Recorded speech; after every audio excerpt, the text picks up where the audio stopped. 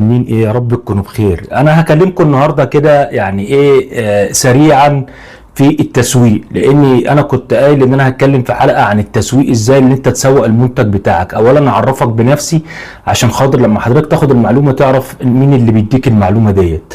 انا اسمي نادر جلال، اشتغلت في اكبر شركات عالميه زي انرجايزر مصر او ايفرريدي اللي هي شركه الحجاره الايفرريدي، واشتغلت في شركه بيبسيكو وشركه امريكانا، واشتغلت في شركه سينيوريتا السناكس.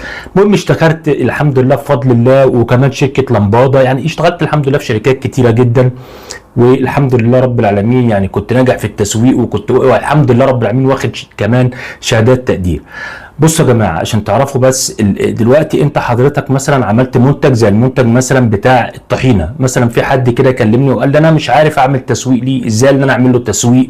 واهم يعني ما في المنتج او اهم ما في التصنيع هو التسويق. انت ممكن تصنع منتج وبعد ما تصنعه تلاقي نفسك فشلت فيه، لان يعني بص كل الهدف كله من الموضوع هو ازاي اسوق المنتج بتاعي. بص حضرتك، اول حاجه عشان تسوق المنتج بتاعك لازم بعد مثلا النهارده يعني احنا هناخد مثال مثلا اللي هو مكنه الطحينه اللي انا اتكلمت عليها. اول حاجه هتعملها حضرتك التغليف، اهم حاجه التغليف. وممكن تعمل فكره، طبعا يعني الفكره ديت يعني هي منتشره جدا، لان انت مثلا ممكن تعمل اكياس من الطحين. انا طبعا باخدها كمثال، انا مش شرط اللي يعني ايه اللي تكون الطحينه بس، انا باخد دي مثال. هتعمل مثلا كيس يكون شكله شيك جدا، تمام. الكيس دوت مثلا حضرتك هيبقى فيه مثلا علبه برضه هيتحط في الكيس، يعني 12 كيس، وطبعا علبه هتكون شكلها جميل جدا، وممكن تعمل لها ستاند. وطبعا بتبتدي ان انت تسوق للمنتج بتاعك. اهم حاجه الشكل. طبعا انا النهارده دخلت للتاجر اديته مثلا العلبه ديت يعني وكده خلاص التاجر اشتراها مني والحمد لله اقتنع بالمنتج بتاعه واشتراها. هل انا اسيب له العلبه ديت وامشي؟ لا. اهم حاجه حضرتك في التسويق اللي انت حتى بعد ما تعمل بيعه ناجحه اللي انت تقدر يعني تحط المنتج بتاعك في حته تكون ظاهره للعميل، العميل يشوفها، تمام. يعني يعني اللي انت تعرض المنتج بتاعك، اهم حاجه عرض المنتج بتاعك في مكان يكون ظاهر. وطبعا الشكل طبعا الجمالي بتاع الكيس يكون ملفت للنظر، تمام.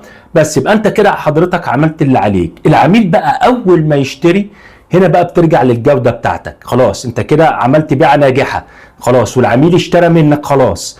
يعني لتاجر التجزئه اشترى منك، وطبعا جه بعد كده العميل اللي بعد تاجر التجزئه اشترى منك، اللي هو بقى بيشوف المنتج، اللي هو العميل المستهلك، تمام. فتح المنتج بتاعك لقاه حلو، هنا بقى هيبتدي بقى القرار اللي هو يستمر معاك ولا ما يستمرش معاك. عشان كده احنا بنقول يا جماعه لما تيجي تعمل اي منتج حاول اللي انت يعني تعمله بضمير وتعمله كويس جدا، لان دوت هو اللي هيحدد الاستمراريه بتاعتك في الشغل ولا لا، تمام. في حاجه نقطه طبعا برضه هكلمكم فيها على السريع كده، ايه هي نقطه الدعايه. يعني ايه الدعايه اللي بيبقى فيها مثلا ايه لغط كتير او كلام كتير او المبهمه، دعايه مبهمه. بمعنى اللي انا مثلا عملت منتج، يعني فاكرين انتوا مثلا الفيلم بتاع الفنكوش لما عمل دعايه المنتج مش موجود، الناس كلها بتقول هو ايه دوت وايه ده. انت ممكن برضو تعمل نفس الفكره دي لو راجل اعمال كبير.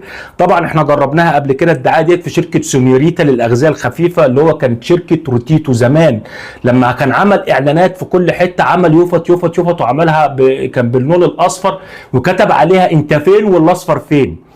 الدعايه دي فضلت لمده شهر او شهرين على الدائري وعلى المحور وعلى ساعتها في كل يعني الكباري 6 اكتوبر ومش عارف ايه. كانت اليوفط دي كانت ماليه الشوارع ساعتها، يقول لك انت فين والاصفر فين. الناس كلها بقت عماله تفكر هو ايه الاصفر دوت. حصل لغط وحصل كلام في الموضوع، وابتدى ايه طبعا الكلام ده كله طبعا يعني بيشد انتباه العميل.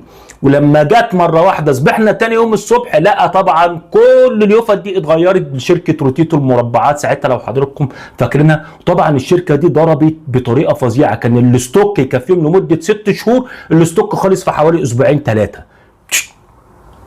بعد كده لقينا الشركه طبعا اختفت. طبعا احنا مش عايزين نتكلم في الموضوع دوت، لان شركه شيبسي ما كانتش هتسيبهم اللي هم يشتغلوا. فاحنا عارفين القصص دي من زمان، اللي دي يعني بص يعني ايه لعب مع الكبار زي من الاخر كده. فانا برضو قلت اكلمكم على الموضوع بتاع الدعايه والاعلان وازاي ان انت تسوق المنتج بتاعك. لو في اي استفسار اي حاجه كلمني في الكومنتات وانا تحت امركم في اي حاجه. تحياتي للجميع.